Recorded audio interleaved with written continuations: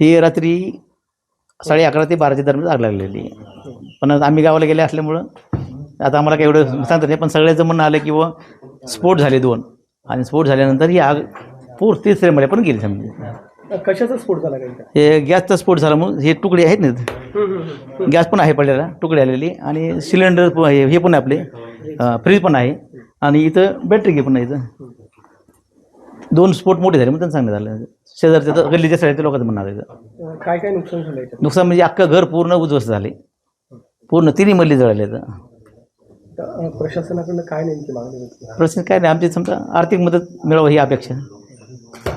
काय चित्र पाहायला मिळालं होतं नेमकं? चित्र आल्यानंतर अश्रू अनावर आले. म्हणजे बघण्याचे दर्शक आमच्या म्हणजे घरचे तर नव्हताच, मला पण बघू वाटणार, कारण मी माझ्या मनस्थिती नव्हतं बरोबर.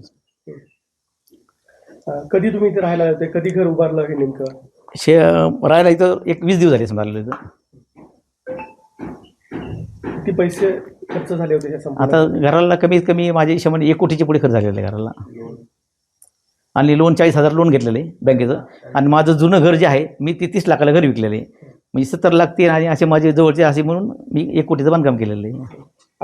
बँकेत म्हणजे मागणी म्हणजे आमचे जे इन्शुरन्स केलेलं आहे, बँकेचे कर्ज घेतलेलं आहे, SBI बीड शाखेचं, राजुरी शाखेचं 40 लाख कर्ज घेतलेलं आहे.